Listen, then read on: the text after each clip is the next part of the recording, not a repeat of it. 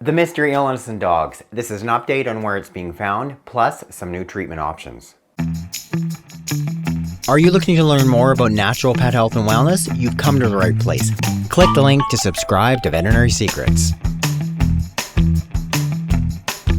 There's been a ton of questions and even more comments since I posted the last video on this mysterious respiratory illness affecting our dogs. In fact, there are over 4,000 comments. So what is it? It's this infectious respiratory disease affecting our dogs, very similar to kennel cough. But it's not kennel cough because it can affect our dogs very severely and they're not responding to traditional treatment. Some dogs can just have a primary cough, but it's lasting for 6 to 8 weeks. In other cases, it's progressing to chronic pneumonia and it's not responding to antibiotics. Then in severe cases, it's showing up as acute pneumonia. These dogs are getting clinically sick in a really short period of time, difficulty breathing, they're having to be hospitalized, even put on oxygen. And these dogs are not responding to traditional antibiotics, and unfortunately, many of them are even dying. And no one yet knows the exact underlying cause. When I posted the first video, it had been reported to have been in about 8 different states. Based on the comments from that first video, there's over 4,500 comments. I can now say that it's in the bulk of the US states and is also now in Canada. There appears to be more cases in the West, but clearly it's spreading. A number of different treatment options have been suggested. One of our subscribers said that her dog Ike, he was one of the nationally known cases. He's one of the top ranked golden retrievers in the US. He was likely exposed in Utah. He was sick for 2 weeks before his handler took him into the veterinary clinic in Prescott, Arizona. There, he was obviously given an array of different therapies. He was on oxygen for 9 days before one antibiotic treatment helped. The name of the antibiotic, it's called chloramphenicol. It's a much older veterinary antibiotic. But as she says in the post, that was the only thing that finally made an impact on the pneumonia. He was transferred back to their local hospital in California, and it took total 7 weeks for him to actually be given the all clear. Many people comment and shared stories where their dog's been affected and unfortunately their dog has died. Some dogs, they're getting acutely ill in a really short period of time and they're not responding to any sort of antibiotic.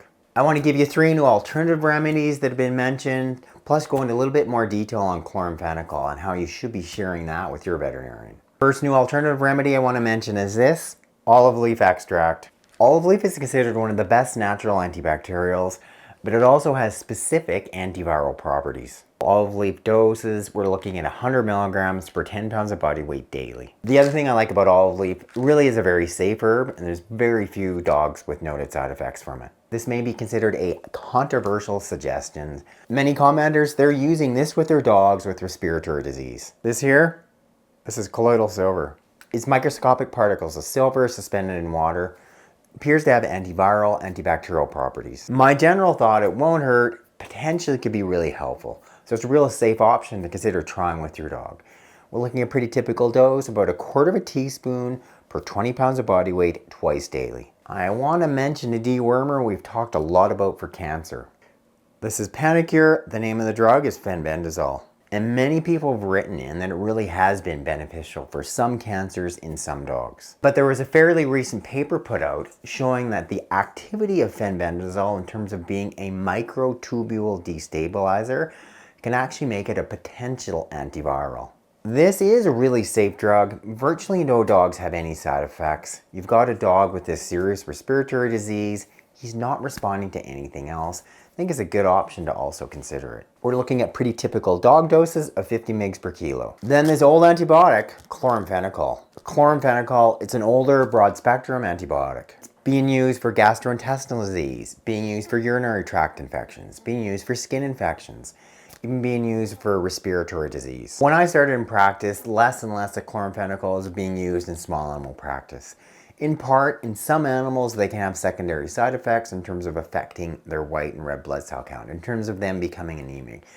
Fortunately, that's a pretty uncommon side effect in our dogs.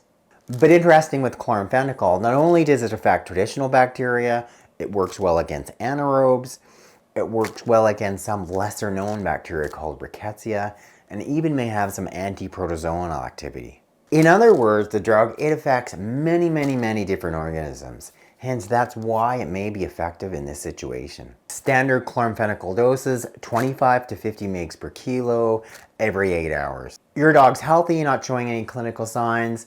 What should you be doing now? Decrease your dog's chance of exposure of respiratory illness, but especially in these small confined spaces. So in a daycare, in a kennel for instance, it's a much higher chance of any type of respiratory disease being passed on. And if your dog starts coughing, you should immediately just rush off to the vet. For most dogs that initially start coughing, you're still most likely dealing with something like kennel cough. But based on this illness, you really want to be watching your dog super well. So initially you could try some of the symptomatic remedies, either green tea and the honey for instance. But if your dog is not responding, your dog is all of a sudden getting clinically really sick in a short period of time, get into your veterinarian as soon as possible. And if you're not sure, just go in and see your veterinarian. If you've got a dog that's developed acute pneumonia, especially a young dog with no previous history of any type of respiratory disease, please discuss with your veterinarian the option to treat with chloramphenicol. Thanks so much for commenting on the last video and sharing your experiences. It's a pretty scary time. We've got some unknown contagious illness affecting our dogs, and there's no real clear way of treating it. Click up there to subscribe, hit the bell to sign up for notifications, and when you click that link directly in the box below, I can send you a copy of my free book.